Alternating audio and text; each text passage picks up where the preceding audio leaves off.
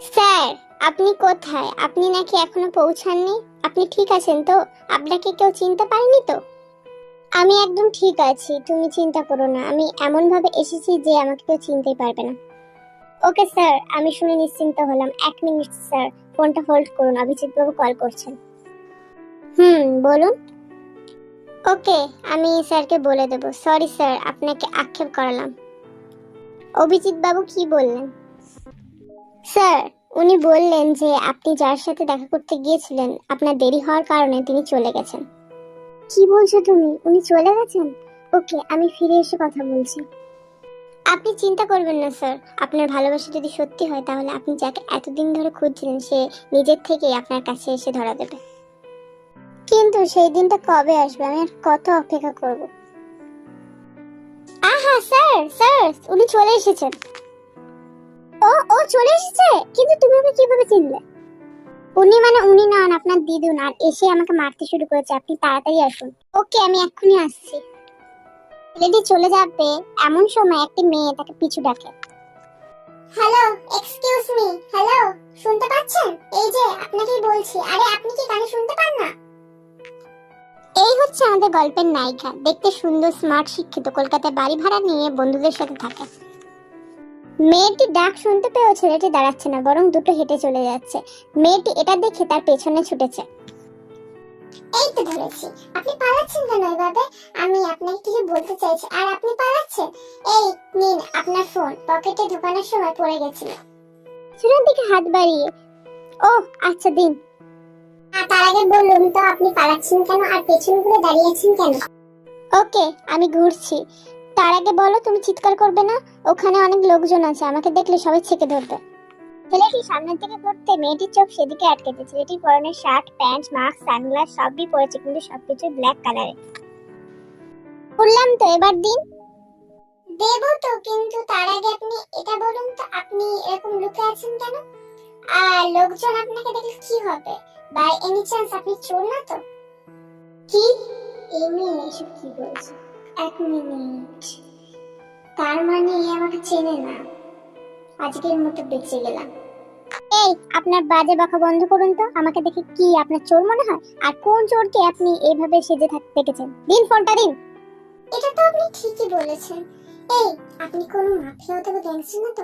আ আ আ ওই যে আপনি কোন দেশদ্রোহী না তো? আমি টিভিতে দেখেছি এই ধরনের মানুষগুলো আপনার মতোই লুকিয়ে থাকে আর তারপর দেশের সাথে বিশ্বাসঘাতকতা করে। যদি আপনি এদের মধ্যে একজন হন তাহলে এক্ষুনি বলুন, না হলে কিন্তু আমি চিৎকার করবো। আপনি সত্যি বলুন। এই হচ্ছে আমাদের দেশের নাগরিক। আপনার মতো নাগরিক যদি আরো থাকে এই দেশের অবস্থা যে কি হবে আমি এটাই ভাবছি। কেন? আমার মধ্যে কি খারাপ আছে? কিছুই খারাপ নেই, বরং পুরোটাই তার কাটা। দেশদ্রোহী নিজে আপনাকে বলবে সে দেশদ্রোহী, তাই না? এই, আপনি ফোনটা দিন তো, বেশি কথা বাড়াচ্ছেন। না, আপনি আগে আপনার মুখটা দেখাবেন, তারপর আমি ফোন দেবো। আমি বুঝেছি আপনার ফোনে নিশ্চয়ই কোনো ইনফরমেশন আছে, তাই না? ওকে, আমি আমার মুখটা দেখাবো, তারপর আপনি কথা না বাড়িয়ে আমাকে ফোনটা দেবেন। ছেলেটি মুখটা খুলতেই মেয়েটি অবাক হয়ে চেয়ে আছে। অপূর্ব দেখতে ছেলেটিকে, চোখ ফেরানো যায় না। কি হলো, কি দেখছেন? দিন। ছেলেটি ফোনটা মেয়েটির হাত থেকে নিতে যাবে এমন সময় মেয়েটি হাতটা পেছনে করে দেয় আর ছেলেটি মেয়েটির দিকে কিছুটা ঝুঁকে যায়। ছেলেটি প্রথমে এতটা খেয়াল না করলেও এত কাছ থেকে মেয়েটিকে দেখে চোখ সরাতে পারছে না। ওর চোখ, মুখ, নাক, ঠোঁট সবকিছুতেই পরখ করে করে দেখছে আর ভাবছে ভগবান হয়তো খুব ভেবে চিন্তে বানিয়েছে। ওর ভাবনায় ছেদ ঘটিয়ে মেয়েটি বলল, কি দেখছেন? সরুন। ফোনটা দিন। আগে একটা কথা বলুন তো, আপনি কি আমাকে চেনেন? না, কেন বলুন তো? না, আমার যেন কেন আপনাকে চেনা চেনা লাগছে। আচ্ছা পাগল মেয়ে, তো আপনার আমাকে চেনা চেনা লাগছে মানে আমিও আপনাকে চিনি, এটার কোনো মানে আছে? আপনার চেনার সঙ্গে আমার চেনার অনেক পার্থক্য থাকতে পারে। মানে সম্পর্ক আছে। দেখুন, আমার আপনাকে চেনা চেনা লাগছে মানে আমি আপনাকে কোথাও দেখেছি, আর আমি আপনার কোথাও দেখেছি মানে আপনিও আমাকে কোথাও দেখেছেন, তাই বললাম। ওহো গড, তাহলে শোনেন, আপনি আমাকে দেখেছেন এটা যেমন ঠিক, তেমন আমি আপনাকে চিনি না, ওটাও ঠিক। ওহো, বুঝলাম না কি বললেন। আমি আপনাকে কোথাও দেখেছি। আপনি আমাকে টিভিতে দেখেছেন, কারণ আমি একজন অ্যাক্টর, জিয়ন জংকুক। ওহো হ্যাঁ হ্যাঁ, আমার ফ্রেন্ড আপনার বিগ পাখা, ওর ফোনে আপনি আপনাকে দেখেছি। পাখা, লাইক সিরিয়াসলি? অবশ্য আমি এতটা অবাক হচ্ছি কেন, আপনার কাছে তো এটাই আশা করা যায়। এবার সব জেনে গেছেন কেন আমি লোকজনের থেকে পালাতে চাইছিলাম, তো দিন ফোনটা দিন। সরি, সবটা জেনে যাওয়ার পর তো আমি তো আর ফোনটা দিতেই পারবো না। মানে মানে আমি বললাম না যে আমার ফ্রেন্ড আপনার বিগ ফ্যান, তো ওর আজকে বার্থডে, তাই আমি ভাবছিলাম। না না না, এটা আমার পক্ষে সম্ভব না। আমার মনে হয় না আপনার কাছে আর কোনো অপশন আছে। এই নিন আমার নম্বর, কল করে নেবেন। আর আমাকে আটকানোর চেষ্টা করলে আপনি বিপদে পড়বেন, তাই বৃথা চেষ্টা করবেন না। বাই।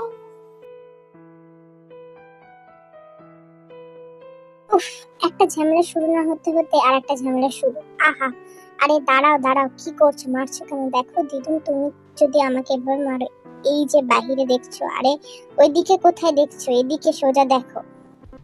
ওখানে যারা দাঁড়িয়ে আছে ওরা হচ্ছে আমার বডিগার্ড। ওরা যদি দেখেছে তুমি আমাকে এভাবে মারছো, তাহলে কিন্তু তোমাকে ধরে নিয়ে করে জেলে পুরে দেবে। ও বাবা, তাই নাকি? তা ওদেরকে বলে দেবে যে দিদুনকে ধরতে আসবে তাকেও এই লাঠির মার খেতে হবে। আরে ম্যানেজার, দাঁড়িয়ে দাঁড়িয়ে কি দেখছো? আমাকে বাঁচাও। সরি স্যার, আপনাকে বাঁচাতে পারবো না। আপনার জন্য আমি এতক্ষণ মার খেয়েছি, এবার একটু আপনিও খান।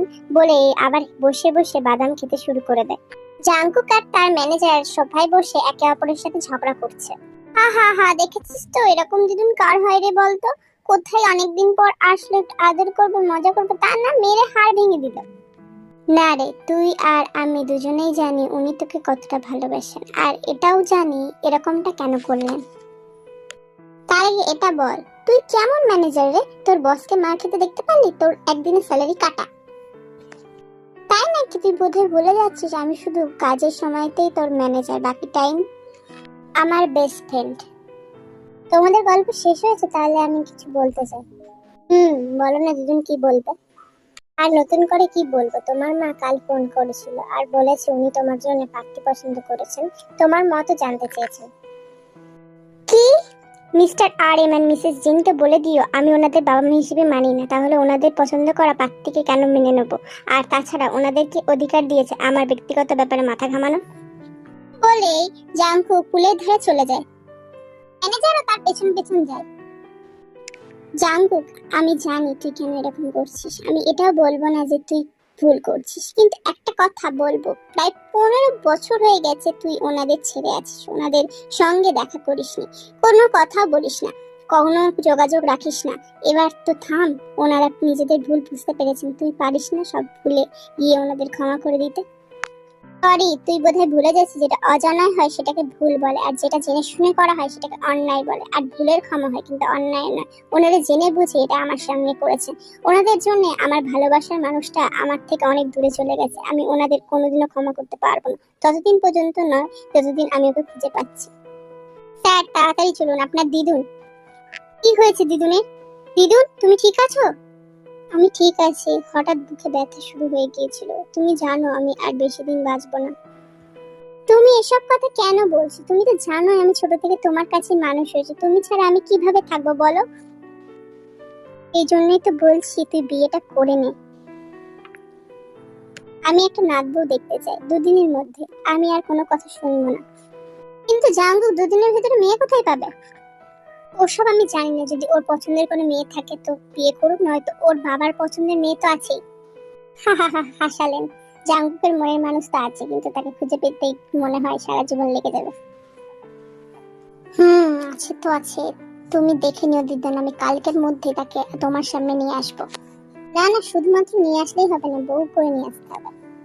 যেমনটা তুমি বলবে। আচ্ছা তুমি রেস্ট নাও, আমরা বাইরে আছি, দরকার পড়লে ডাকবে। জাঙ্কুক, তুই তো আমাকে কোনোদিনও বলিসনি তো তুই কাউকে ভালোবাসিস।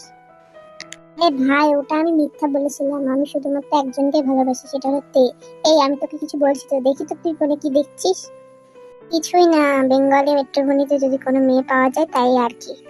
পাগল, আমি কি সত্যি বিয়ে করবো নাকি? আমি তো শুধুমাত্র বিয়ের নাটক করব।